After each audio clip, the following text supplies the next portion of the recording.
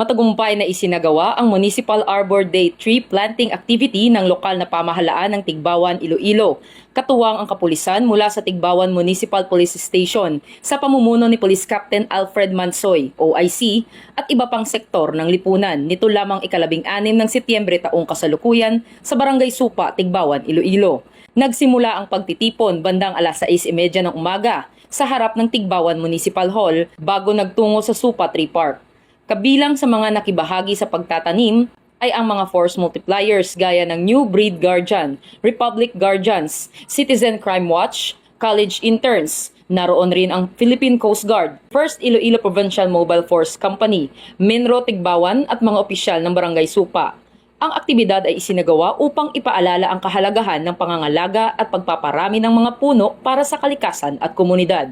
Ayon sa Municipal Environment and National Resources Office, layunin ng naturang gawain na hindi lamang magtanim ng puno, kundi makapagtanim din ng kamalayan at disiplina sa bawat isa tungo sa mas malinis at mas luntiang kapaligiran. Ang Arbor Day ay taunang selebrasyon ng bayan ng Tigbawan, alinsunod sa Municipal Ordinance No. 2014-016 na ipinasa ng Sangguniang Bayan. Sa pagkakaisa ng iba't ibang grupo at organisasyon, pinakita ng bayan ng Tigbawan ang malasakit sa kapaligiran at pagtutulungan ng pamahalaan at mamamayan. Sa huli, ang Arbor Day 2025 ay hindi lamang nagbigay ng panibagong sigla sa kapaligiran, kundi nagpatibay rin ng pagkakaisa sa pagitan ng pamahalaan at mamamayan ng Tigbawan.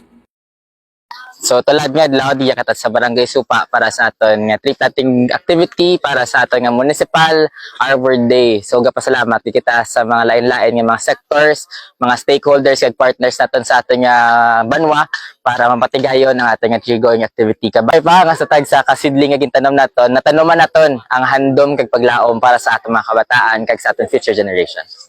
Mula rito sa Western Visayas, ako ang inyong PNN Correspondent Patrolwoman Justin May Halyores. Alagad ng batas, tagataguyod ng Balitang Pulis.